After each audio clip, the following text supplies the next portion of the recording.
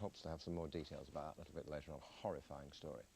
Now then, it's a lottery nightmare. Your numbers come up, but you didn't buy a ticket, or worse still, you somehow misplace a winning ticket. If that brings you out in a cold sweat, spare a thought for Jean Ratcliffe. Jean says she's owed £1 million on a scratch card that she simply threw away. Jean, why on earth did you throw it away? Because it was the confusion, the symbols. Normally on a scratch card you'd need 3 symbols. I never had my glasses on this day, and I'd had 2 symbols. I didn't realise, you know, so with just having 2, I thought you needed 3, I threw it away. Yeah. But then about a week later I bought another one, had my reading glasses, and then realised that you only needed 1. When I read the small print, you only had to match 1 lucky symbol with a symbol, and obviously gutted. Absolutely, because you would have won £1 million. Yes, definitely, yes. Now, you've, luckily for you, you remembered a number, a significant number, you say? I had the 4-digit security number. The security number. Where is the security number? That's that little... It's a 4-digit. Now, the 4 digits are actually slightly bigger than the small writing. So, I mean, because it can be anywhere on the card, right? And it was right above the game. And as I was squinting hard, obviously, because I never had my reading glasses, and I seen it, and I thought, oh, that's an easy number. And I didn't think no more about it. Why I say by an easy number, because there was 3 digits was the same, and the last one was different. Yeah, you see, I guess a lot of people watching this program would say, well, I didn't even know there was a security number. And they'd also say, well, how, if she forgot, you know, how do you possibly remember it all for all that time? Because, like I'm saying, I was staring so hard because I never had my reading glasses, and it was right above the game, and when I was scratching it off like that, I mean, saying, oh, that's an easy number, but not realising at that time what the number was, until I was asked from a woman in Camelot for it. Well, we'll come to them in just a minute. The problem is, of course, that this security number that you remembered isn't unique to that card. Is it Camelot tell me that there are 1,300 numbers exactly like that in the same game. So really? Yeah, that's what they're saying. So that number, helpful you thought, but actually probably not very significant, is it? No. But what it was, when I had, there was communications from and to and from Camelot, and then it was an evening paper in Aberdeen, and it had mentioned that a spokeswoman from Camelot said if Jean didn't have the scratch card, she'd need the barcode. So it goes back to the retailer where I bought the scratch card, to ask them if they could help me. They actually phoned Camelot, and they give them the information, like time, date, place, etc. And they were away for about 15-20 minutes, and they came back and instructed the retailer to give me the pack number and to phone in and register for a lost scratch card as I had a claim. Okay. Well, Camelot say, in their view, they've said what I've already indicated to you about that little number, but they also say at the end of the day, it is the responsibility of you to keep the ticket and to you know, do the proper checks, keep it safe. And because they need it to verify your claim, which is essentially what that statement they're saying. Well, I can understand it. I could understand that rule being on a lottery ticket, because the numbers are advertised all over the shop, so anyone could phone in and say, I had Wednesday night's numbers or Saturday night's numbers, but on a scratch card, there's absolutely no one would know, apart from the player, for example, me, or the printers or Camelot security. Okay, well, we wish you well, because £1 million is a lot of money, and I know you'd spend it very wisely, and I know what you're going to do with it. You're going to help out your family, which is terrific if you'd won it. Lovely to meet you. Thanks very much indeed for coming to talk to us. Camelot will be in the studio a little bit later on to have a chat with Jean and put their point of view, see if we can sort something out. I don't know, who knows? Penny? Yeah, you could spend it all on slimming diets. Many slimmers fork out a lot of money in a bid to lose weight, but for one long-term diet of the bill. Where's my £1 million? It's something I say quite often, actually. Never had it. Usually when I'm looking at a paycheck. We meet the great-grandmother who says she bought a winning scratch card, and she has the right to say, where's my £1 million, because, would you believe it, she threw the scratch card away. Oh, you'd never forgive yourself, would you? No. Well, Camelot, she wants Camelot to give her the £1 million prize money, of course. I lost mine too. Yeah, you see, that's the problem. That's the problem. It's proving it. And we're going to bring the two together. We're going to get the whole thing hopefully sorted out for her in some kind of way later in the show. OK, on the showbiz front, we're blessed this morning. We'll see. Victoria's saying there about how she never thought that Hannah would win. She didn't care. Our next guest knows all about that. This is a real lottery nightmare. Jean Ratcliffe, well, she won £1 million on a scratch card that she just threw away. Jean, are you mad? What on earth happened here? This sounds absolutely terrible. Jean, tell us what happened to you. You're devastated. I imagine it is. Good grief. Well, at the time, like, you know, normally on a scratch card, you need 3 winning symbols, right? I never had my reading glasses this day. There was 2 symbols, which I thought was a loser. Okay, but when I bought another scratch card about a week later, and had my reading glasses, I read in the small print, you only had to match 1 symbol to win. So I realised I had a winner. Oh, crikey, how frustrating. So, but did you know instantly that you'd thrown the other one away? I realised when I read it 2 or 3 times and couldn't believe it, Ken. And what I can't understand is the confusion. Why was it 2? When you normally need 3, again, if you normally need 3, but you only need 1, you know, the confusion of the symbols as well. Oh, my goodness, you must have felt absolutely sick. Just a flood of different emotions that I just can't explain, you know, just gutted, you know. Of course. And you managed to remember the security code. Yeah. I'm not sure if I've even seen the security code. Why did that stick in your mind on the scratch card? Well, what it is, it can be anywhere on the card, but it happened to be just above the game. And 4 digits are bigger than the small writing. So as I was scratching it off, you know, I mind seeing it. I was staring hard because I never had my reading glasses. That's why I'd seen it, you know. And I mind saying to myself, oh, that's an easy number, but didn't think no more about it, again. No. It's because 3 digits were the same, and the last one was different. You know, right. they'd been like 2, 4, 8, 9 or 7. You wouldn't have remembered it, but it's one of those that sometimes numbers do, don't they? They just stick in your head for no reason. Now, the problem is, of course, is that a lot of people would say this had all happened to them. What are you going to do about proving it? Well, actually, I do have overwhelming proof, you know. I mean, like, not just the time, the date, the place, the way the 1 million's printed. It's different from how it is on a loser. I didn't know that at the time, and we were buying other ones after. So you think because you know the time you bought the card and where from, that they should be able to trace, Camelot, who of course run the lottery, they should be able to trace the fact that that was a £1 million card? Right, well actually they do know, because after it was in the papers in Aberdeen, Camelot spokeswoman mentioned about if Jean didn't have the scratch card, she'd need a barcode. I'd went back to the retailers to ask them for help.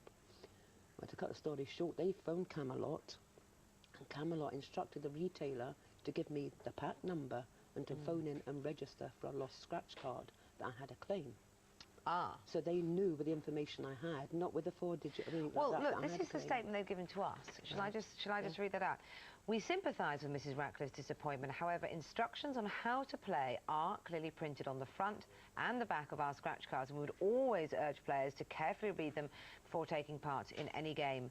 Under the game rules agreed with our regulator, it remains players' responsibility, unfortunately that's you, to check their ticket and keep it safe, as they do need to present it in order to claim a prize. And I guess what they're saying is, rules are rules, and they've got to stick by it. But you see, I can understand that on a lottery ticket where the numbers are advertised all over the place. Anyone can phone and say, I had Wednesday night's numbers or Saturday night's numbers. Anyone can do that. But a scratch card, they can't. No one knows what's on a scratch card, apart from the player, maybe the printers or Camelot security. So, I mean, no one could even start to dream up what's on the scratch card. You know? I'm with you. I understand your case. Well, look, we have got Camelot on our show in about an hour's time, so let's see if we can try and resolve this in some sort of way. But I'm sure everybody watching really feels for your position this morning. Thanks very much indeed. Thank you. Jean, do you have a mobile phone with you? Yes. Yeah. Well, I suggest you go and turn it on out there, because we're about to give away a car. I think you should enter. Oh, yes, go and give it a go. Because that's really, bad luck, so maybe your luck's about to change. Don't go just yet. She's keen. Yeah, another chance to win a car, which would make a rather nice start to your bank holiday weekend. But we're going to give it to Jean, actually. Forget it all. We're going to give it. We can't do that. We can't do that. Deborah Stevenson. Rules are rules, Andrew. Yes, got to follow the rules. Here's Deborah Stevenson. We're giving you the... Feel a bit sorry for Jean, don't we? We do. Feel a bit We do. Crikey, wouldn't you feel bad if it was you? Blimey. I would be pretty angry. Lines close at 9 for our competition. If you're the winner, you'll know by the end of the programme. Coming up on Gmtv today, Caroline's here, and she thinks that maybe a 10-year dieting obsession is too much. Also today, the great-grandmother who claims she accidentally threw away a £1 million winning scratch card. She wants the money, but what does Camelot say? We'll get their response to Jean a little bit later on, in half an hour, in fact. Yes, and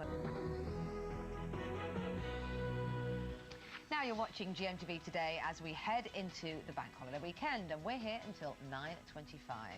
Will great-grandmother Jean Ratcliffe get the £1 million she says is hers? We hope so, in a way. The only problem, and it's a bit of a big one, she threw away the winning scratch card. Jean, we'll have a chat in a minute. Curses, I think, maybe a phrase that comes to mind. Also, in the next hour, how much is a dog's life worth to its owner? An awful lot for the guests we're going to be meeting. We're going to find out why in about 15 minutes' time. Now, earlier we met Jean Ratcliffe, and Jean says she accidentally threw away £1 million on a scratch card. Lottery operators Camelot say that even though Jean has the code number of the ticket, that if she doesn't have the card, actually the physical card in her hand, then she has no right to the money. Well, Jean joins us now along with Dot Renshaw from Camelot, who's in our Manchester studio this morning. Good to see both of you this morning. Jean, let's hear the story from you then. How did the confusion come about? How did you end up throwing this card away? Well, I thought you needed 3 symbols, and I only had 2. That's why I threw it away, because I thought you needed the 3 when I saw 2. So you thought, oh, I haven't won. No. Chuck it away. Yeah. When did you find out that you only needed 2? Well, it was about a week later. I bought another one when I had my reading glasses and read the small print. You only needed 1 symbol to win. Match 1 with a lucky symbol. So why was there 2 if you only need 1? And there's a lot of confusion there as well. So you feel that the instructions are, in fact, a little confusing. Yes. Problem is, of course, Camelot, as we'll find out in a moment, but a lot of people could also argue, as well as Camelot, you know, how do we know you're telling the truth? Anybody that knows me, I know I'm telling the truth. I'm not one for making up black lies or making stories up. I mean, I've got a lot of support in the northeast of Scotland. Can you prove, though, that you did have this card in more than just saying, my mates say I'm telling the truth? You know, what makes you believe that you can prove it? Because when I went back to the retailers to ask for help, and they phoned Camelot, and it was under Camelot's instructions that the retailer give me the pack number and to phone in and register it for a lost scratch card. It was Camelot's instructions. That's how I know they know. And also, I remember you telling us earlier that you feel because of the fact, you know, the date. Yes. And the time when you bought this card and the place where you bought it from, they should be able to trace the fact that that was a winning card sold at that time because of the rolls of cards that get sold. Is there any way you could have known the symbols? In other words, you know, with lottery numbers, for instance, it's in the paper, it's impossible. No one could know what's on a scratch card. You have to scratch it off. There's no way it's possible to know. It's not printed anywhere or published anywhere. No. OK, Jim, well, let's see what Camelot have to say about this. As we say, Dot is in our Manchester studio for us this morning. Good to speak to you. Now, what do you make of this? Can she have her money? With all scratch cards, in order to pay out a prize, we actually need the ticket. That's in our game rules, and we can't abandon those rules. No, indeed. Do you accept, though, that there may be some confusion in the way you list the instructions on the ticket? People are only human, aren't they? You know, Jean had to go and find her glasses. She didn't have them on her that day. And it is true to say, isn't it, that you don't publish winning scratch card formations. So the fact that she remembers exactly the symbols and where she got it from and when and how and where should show you that she is telling the truth.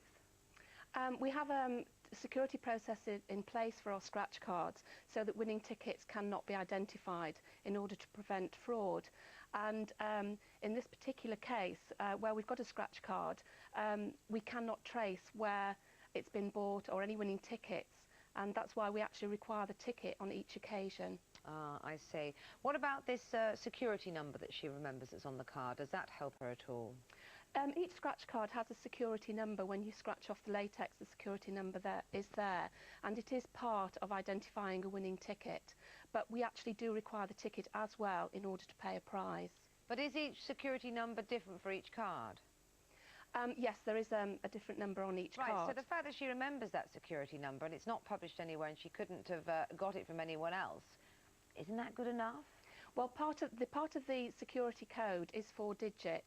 And those 4 digits are repeated. There is 9,999 combinations of those 4 digits, and we had 13.2 million cards in this, so that can be repeated a number of times throughout the game. So the digit on its own is only part of the process. Right. Some people might say you're being a bit mean. This is a case of red tape and mean-spiritedness.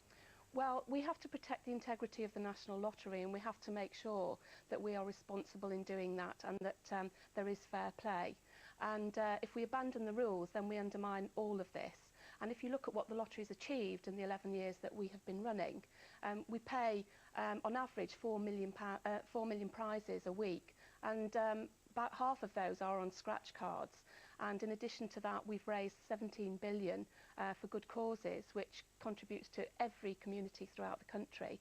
And we've created more than 1,700 millionaires. Personally, I don't think that's mean. OK, well, I suspect it may be small comfort to Jean that she's not one of those millionaires that you've created at this particular point in time. Jean, what do you say about this? Well, I feel because they instructed the retailer for me to phone and register for a lost scratch card, because the retailer also said, is there anything else she needs to do? They said no, everything they need to know is in that pack number, so they know that I had that winning scratch card. Dot, what do you make of that? On all of our contacts with Jean, we've actually explained to her that we actually need the scratch card itself. However, what we can do is, if Jean can write to us, which she did do, and provide as much information as possible, if the ticket is found and someone takes it into claim, we can try and match up that information. And obviously it's key, the more information we have, the more chance we have of matching up the information to that Jean gives us. That's a very, very flimsy hope though, isn't it? I mean, it could mean somebody actually going through a landfill site at this stage. Well, if that's where Jean thinks the ticket is, yes, but I'm afraid that's the only thing we can do without the ticket. Oh dear, Jean, that doesn't sound like much hope to me. Can I ask her a question? Just one, yeah, one question. Can I ask one question then? And it says, say I had 3/4 of the barcode minus the last 3 digits. Could you confirm or deny that you could identify a £1 million prize to a specific pack number? No, we can't. The way the tickets are distributed, we don't know where any of the winning tickets are or the numbers on them, which is why we require the ticket. Is that maybe time to review your procedure then? Because I bet this is not the first or indeed the last time this might happen. Well, the procedure that we have in place has stood us in good stead for 11 years, and it is checked, and what we actually do is the cards are printed, the winning tickets are put in the tickets randomly and then distributed to all our retailers. We have no way of knowing. If we knew where the winning tickets were, it would be open to fraud, and we do this to protect the integrity of the National Lottery. OK, Dr. Renshaw, thanks very much for putting the case for Camelot this morning.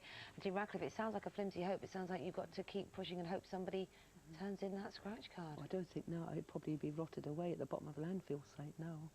That's the worry. Well, I guess the moral of this to anybody else out there is hold on to your scratch cards, really. It seems to be the only